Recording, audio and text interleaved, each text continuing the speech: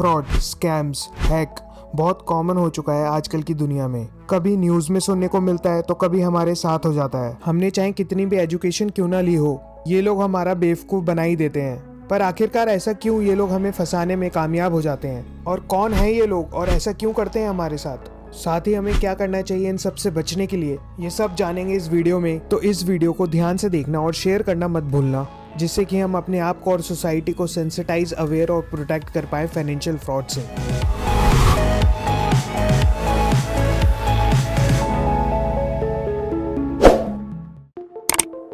Online financial fraud आजकल बहुत हो गया है। इसकी रीच इतनी बढ़ गई है कि हर कोई इससे इफेक्ट है, डायरेक्टली और इनडायरेक्टली।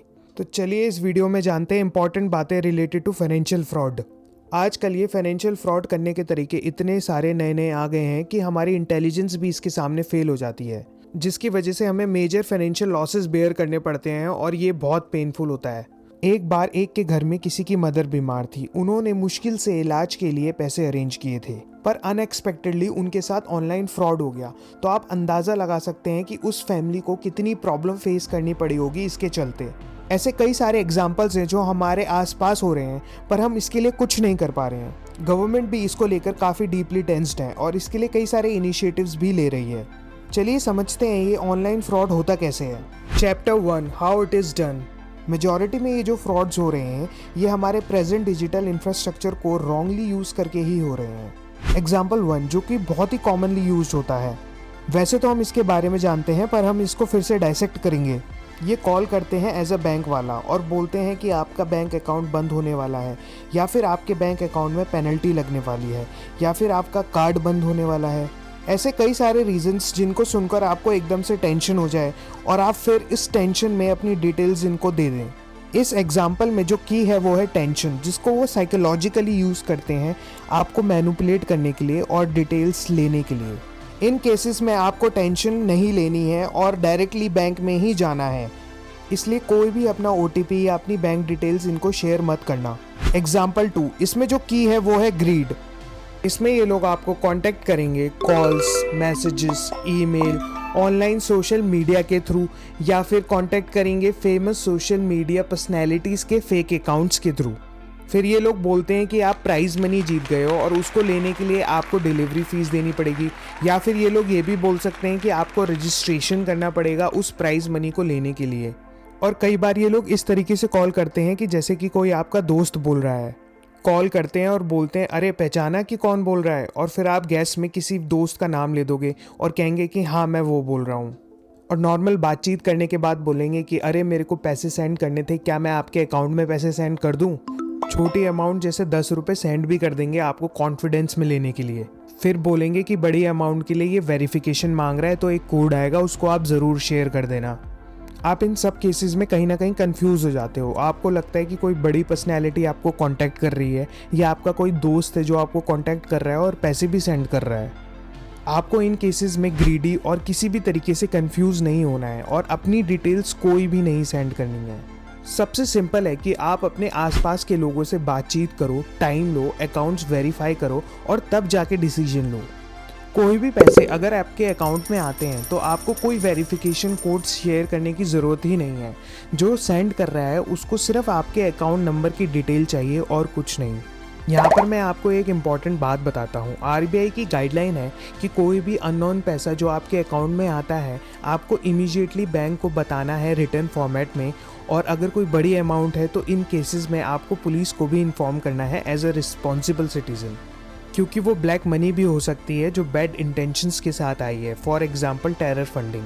तो अगली बार अगर आपके अकाउंट में कोई बड़ी अमाउंट आती है तो आपको ग्रीडी नहीं होना है और चुप नहीं बैठना है। चलिए अब तीसरे एग्जाम्पल की तरफ चलते हैं। ये थोड़ा एडवांस तरीका है फ्रॉड करने के लिए।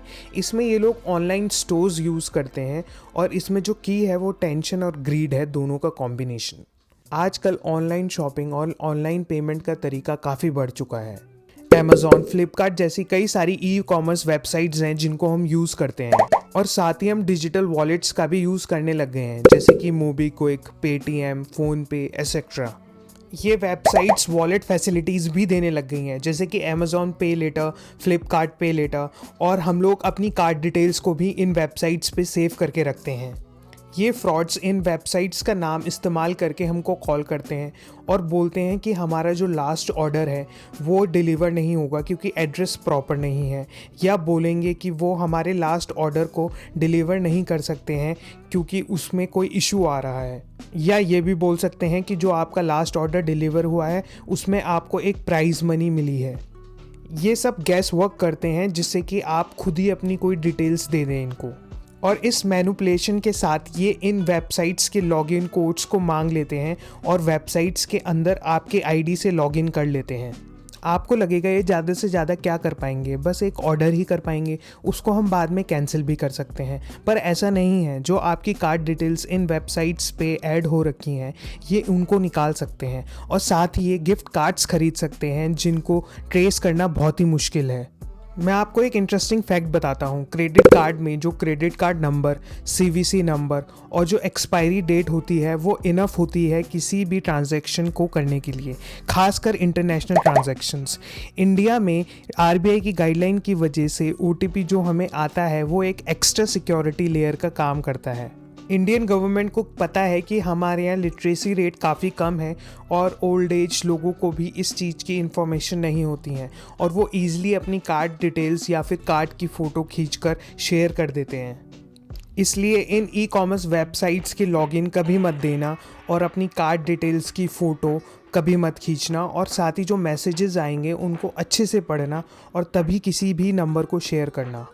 चलिए अब एग्जाम्पल 4 की तरफ चलते हैं। ये फ्रॉड काफ़ी एडवांस तरीका है और काफ़ी डेंजरस है। ये फ्रॉड आजकल पढ़े लिखे लोगों के साथ भी हो रहा है, क्योंकि ये हम गैस ही नहीं कर पाते कि वो हमारी डिटेल्स किस तरीके से ले लेंगे। हम लोग इंटरनेट पे काफ़ी चीज़ें सर्च करते हैं, पर आजकल हम कस्टमर केयर नंबर्स को भी सर्च करने लग गए हैं। ये फ्रॉड्स फेक ऑनलाइन वेबसाइट में और यहाँ तक कि ऑनलाइन गूगल ऐड के थ्रू टॉप सर्च में अपने नंबर्स को डाल देते हैं as a customer service provider for banking, online store and online wallet. For example Paytm, LazyPay, PayPal, Slice card etcetera fake service numbers आसानी से मिल जाएंगे आपको ऑनलाइन।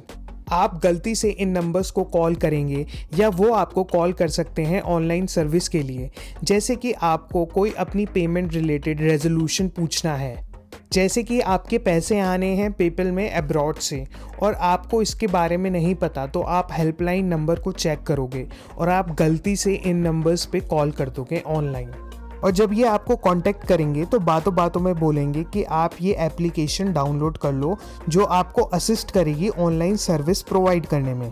एप्लीकेशंस जैसे टीम व्यूअर, एनीडेस्क और इस तरीके की एप्लीकेशंस बहुत सारी आपको मिल जाएंगी iOS स्टोर पे और एंड्रॉयड ऐप स्टोर पे। ये एप्लीकेशंस बनी ही होती हैं टेक्निकल ऑनलाइन सर्विस प्रोवाइड करने के लिए रिमोटली। ये फ्रॉड्स इन एप्लीकेशंस का मिसयूज़ करते हैं। जब ये इन एप्लीकेशंस को डाउनलोड करवा देते हैं तो ये एक कोड पूछते हैं जो इन एप्लीकेशंस के अंदर डिस्प्ले होता है। ये कोड अनेबल कर देता है इन लोगों को रिमोटली आपके फ़ोन को एक्सेस करने में। आप जब ऑनलाइन बैंकिंग करोगे तो आपको लगेगा कि आप तो नॉर्मल तरीके से ऑनलाइन बैंकिंग कर रहे हो और ना ही आप किसी को अपनी डिटेल्स को शेयर कर रहे हो, पर ऐसा नहीं है। जब ये ऑनलाइन एक्सेस उन लोगों को मिल जाता है तो जो भी आप लॉग इन करते हो और जो आपका पासवर्ड होता है वो ऑटोमेटिकली इन लोगों पे चले जाता है। फिर ये डिटेल्स को लेकर ये फ्रॉड्स ऑनलाइन ट्रांजैक्शन करते हैं, पर उस ऑनलाइन ट्रांजैक्शन को अप्रूव करने के लिए एक ओटीपी आता है। इन लोगों पे ऑनलाइन ऑटोमेटिकली आपके फ़ोन का रिमोट कंट्रोल एक्सेस होता है और ये ऑटोमेटिकली आपके मैसेज में जाकर और वो ओटीपी की डिटेल्स को एक्सेस कर लेते हैं। आपको लगेगा कि मैंने तो कोई ओटीपी की डिटेल्स शेयर की ही नहीं है, पर ये रिमोटली एक्सेस आपके फ़ोन को कर सकते हैं और आपके हर मैसेज को पढ़ सकते हैं। अगर कोई भी इन ऐप्स के नेचर को नहीं जानता तो उसके काफ़ी ज़्यादा चांसेस हैं इस फ्रॉड में फंसने के। ये सेम फ्रॉड एक मेरे रिलेटिव के साथ हुआ था, जिसमें उसने एनीडेस्क जैसी रिमोट एक्सेस एप्लीकेशन को डाउनलोड करवाया और 25,000 रुपये बैंक अकाउंट से निकाल लिए बिना ओटीपी मांगे। ये वीडियो देखना, इसमें आपको सब पता चलेगा। ये ऐप क्या करता है भैया? हमारी टीम आपके लिए हेल्प करेगी। वहाँ पे देखिए टीम व्यूअर की सपोर्ट, हमारी टीम आपकी सपोर्ट करेगी, हेल्प करेगी। उसको ओपन कीजिए। ओपन करने के बाद देखिए क्या ऑप्शन आ रहा है उसमें। एग्री एंड कंटिन्यू आएगा, एग्री एंड कंटिन्यू कीजिए। अभी वहाँ पे देखिए सेंड माई आईडी करके आ रहा, कोई नंबर 9 डिजिट का। हाँ सेंड माई आईडी 9 डिजिट का नंबर होगा, नंबर कंफर्म कीजिए। अरे प्रभु, आपको मतलब और थूक लगाना है तो बताओ आप, मैंने पहले ही देके आपको मर गया यार। सर कैसी बातें कर रहे हैं सर आप? अरे कैसी बातें क्या है यार। 5 मिनट के अंदर अगर बैलेंस आपका नहीं आता है, आपके अकाउंट में बैलेंस होने का मैसेज नहीं मिलता है, उस टाइम आप बोलिएगा ओके। नहीं, पर आपको तकलीफ क्या है मेरे अकाउंट में मेरा पैसा डाल देने में? वो जो जिस तरीके से विड्रॉ हुआ था उसको आप वो वापस डाल आपका दीजिए। कटा नहीं। सर वो आपका बैलेंस से कटा नहीं, वो आपको रिसीव करना है सर ओके। कटा नहीं है, रिसीव करना क्या मतलब है? मैंने तो अपना बैंक का स्टेटमेंट भी चेक कर लिया, उसमें से निकल गए मेरे 25,000 रुपए यार। आप बोलते हो कटा नहीं। नहीं देखिए, आप जो बता रहे कि स्टेटमेंट हम निकाले और 25,000 मेरा कटा है, वो हाँ। कटा नहीं है, वो है? एक्टिवेट आपको करना पड़ेगा। है? वो एक्टिवेट करना पड़ेगा, उसको ओपन कीजिए। कर दिया यार प्रभु, एक्टिवेट कर दिया यार। एनी डैश रिमोट केस कौन सा ऐप डाउनलोड किए सर? मैंने दोनों कर दिए, एनी डैश रिमोट डेस्कटॉप भी कर दिया और क्यू ऐप भी कर दिया, टीम व्यूअर क्विक सपोर्ट भी कर दिया। हाँ तो जिसको की है वो ओपन कीजिए और उसमें नंबर आएगा, नंबर बोलिए। बोलिए सर। ऐसा देखो, ऐसा है गुरुजी, मेरी बात सुनो। आपको मैं नंबर बता के पहले फंस चुका हूँ, अभी मैं आपकी अब रिपोर्ट कर रहा हूँ। फ्रेंड्स, देखा आपने कैसे इंसिस्ट कर रहा था एप्लीकेशन डाउनलोड करने के लिए। ऐसे कई सारी एप्लीकेशंस हैं जिनके बारे में ये जानते हैं और ये नहीं तो दूसरी एप्लीकेशन डाउनलोड करवाते हैं, और साथ ही बहुत काम तरीके से ये हैंडल करते हैं सिचुएशन को। इसने एक बार 25,000 रुपीज़ निकाल लिए थे और फिर उसी के बहाने यूज़ कर रहा था एप्लीकेशन फिर डाउनलोड करने के लिए और कोड शेयर करवाने के लिए। आप सोचोगे कि आपके 25,000 रुपीज़ वापस आ जाएंगे अगर आप उसके साथ कोऑपरेट करोगे, पर आपको ऐसा बिल्कुल भी नहीं करना है। आपको ऐसी कोई एप्लीकेशन डाउनलोड नहीं करनी है जिसके बारे में आपको नहीं पता।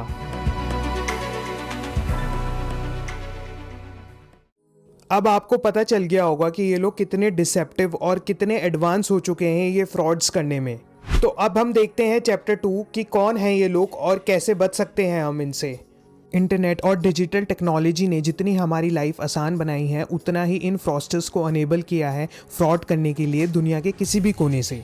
ये लोग कई बार नेबरिंग कंट्री से ऑपरेट करते हैं और मल्टीपल बैंक अकाउंट्स को यूज़ करते हैं पेमेंट को ट्रांसफ़र करने में, जिससे कि इनकी ट्रेसिबिलिटी भी बहुत कम हो जाती है।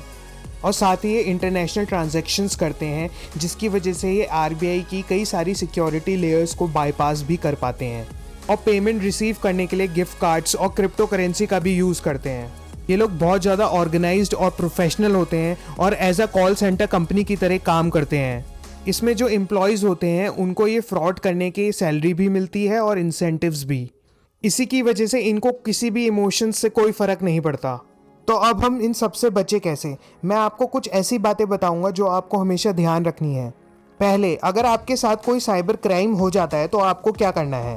आपको सबसे पहले ये 2 इम्पॉर्टेंट स्टेप्स करने हैं, जितनी जल्दी हो पाए उतनी जल्दी। पहले अपने अकाउंट को एकदम से ब्लॉक करना है और दूसरा साइबर क्राइम में रिपोर्ट करना है।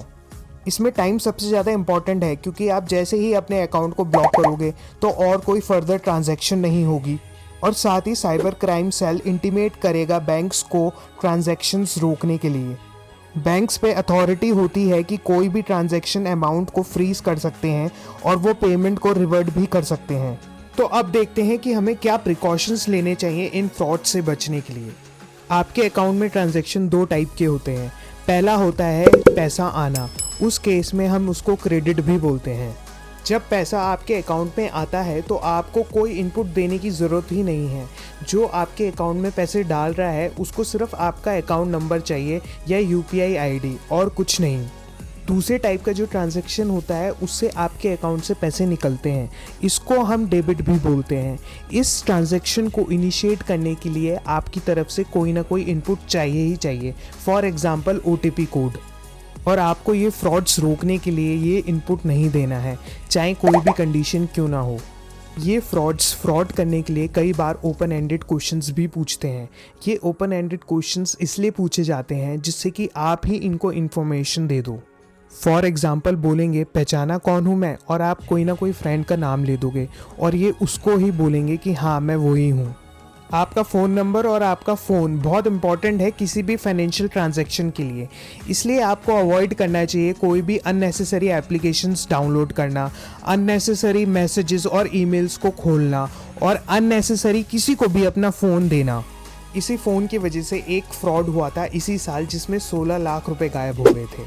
इस फ्रॉडस्टर ने फ्रॉड करने के लिए नया सिम ही इशू करवा लिया था OTP एक्सेस करने के लिए। आपको मैं एक और बहुत इंपॉर्टेंट बात बताता हूँ, आपको मल्टीपल बैंक अकाउंट्स नहीं खोलने हैं अपने जब तक आपको ज़रूरी ना हो, क्योंकि आप इन मल्टीपल बैंक अकाउंट्स को मॉनिटर इतनी आसानी से नहीं कर पाओगे और इसके लिए टाइम और एनर्जी भी चाहिए। और इन मल्टीपल बैंक अकाउंट्स की वजह से अगर कोई अनऑर्गेनाइज्ड मल्टीपल ट्रांजैक्शंस हुई तो आप ही प्रॉब्लम्स में आ जाओगे। इसलिए एक प्राइवेट बैंक का अकाउंट और एक गवर्नमेंट बैंक का अकाउंट ही खोलो बस।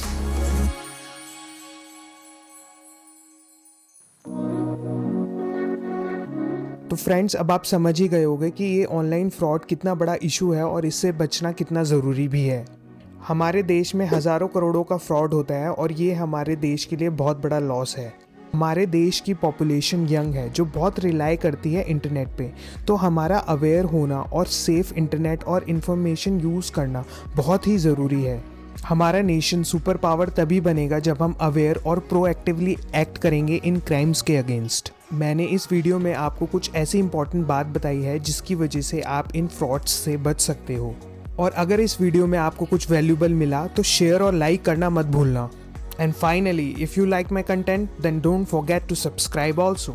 Till then, keep imagining because imagination is life.